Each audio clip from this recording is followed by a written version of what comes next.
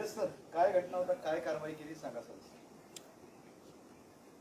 दिनांक 10 जुलै रोजी माननीय पोलीस आयुक्त यांना गोपनीय माहिती मिळालेली होती की मिटमिटा छावणी पोलीस स्टेशनच्या एरियामध्ये जो भाग आहे त्या ठिकाणी एका घरामध्ये मोठ्या प्रमाणावरती बेहिशोबी रक्कम त्याचप्रमाणे शस्त्रास्त्र ठेवलेले आहेत.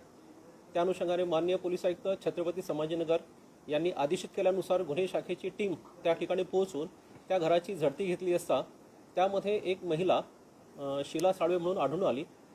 ती आणि 2 पंचांसमक्ष झडती घेतली असता त्याच्यामध्ये मोठ्या प्रमाणामध्ये कॅश रोख रक्कम ही 5,26,29,29,000 रुपये, त्याचप्रमाणे 6 वेपन्स, मोठ्या प्रमाणावरती तलवार, चाकू, गुप्ती, सोने आणि चांदे अशी मालमत्ता हस्तगत करण्यात आलेली आहे आणि त्या अनुषंगाने पोलीस स्टेशन छावणी या ठिकाणी गुन्हा दाखल करण्यात आलेला आहे.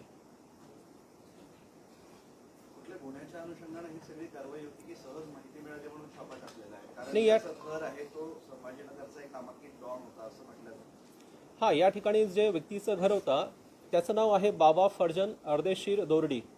हा या व्यक्तीचं मागील महिन्यामध्येच डायबिटीजने निधन झालेलं आहे आणि 1980 ते 90च्या कालावधीमध्ये हा कामगार युनियनचा अध्यक्ष देखील होता.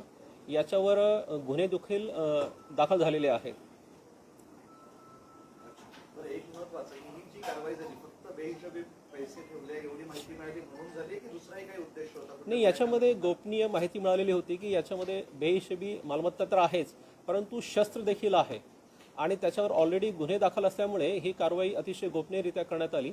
याच्यामध्ये आपल्याला पिस्टल्स, रायफल्स आणि मोठ्या प्रमाणामध्ये कारतुसांची संख्या सुद्धा जिवंत कारतुसे 6,350 कारतुसं जिवंत कारतुसं मिळालेली आहेत.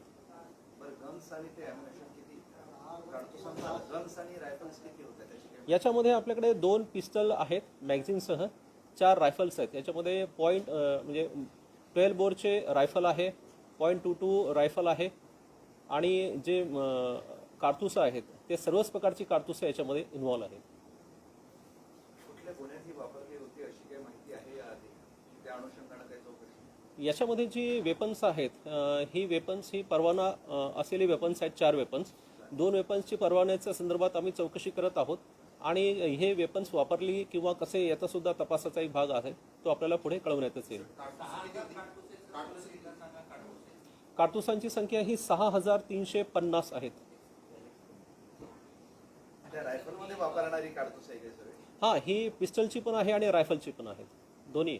याच्यामध्ये जर आपल्याला बायफर्गेशन हवं असेल तर एकूण 12 बोरचे 632 जिवंत कारतुसं, 7.65 mm चे 1878 कारतुसे आणि .22चे एकूण 3,840 कारतुसे आहेत. बंदुकांना परवाना असला तरी एवढ्या मोठ्या संख्येने हे कारतूस ठेवण्याची परवानगी असते सोबत?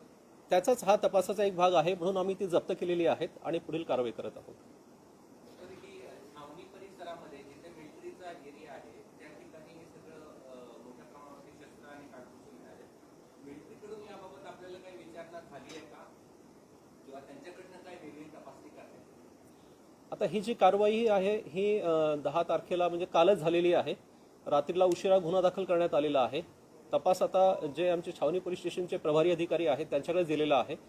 समोर तपासामध्ये त्यांच्याकडनं जर आम्हाला काही विचारणा आली तर त्या अनुषंगाने सुद्धा तपास करण्यात येईल. माहिती कशी मिळाली की एवढ्या मोठ्या प्रमाणात? गोपनीय सूत्रांद्वारे ही माहिती मिळालेली आहे. सर, हिंदी में दीजिए.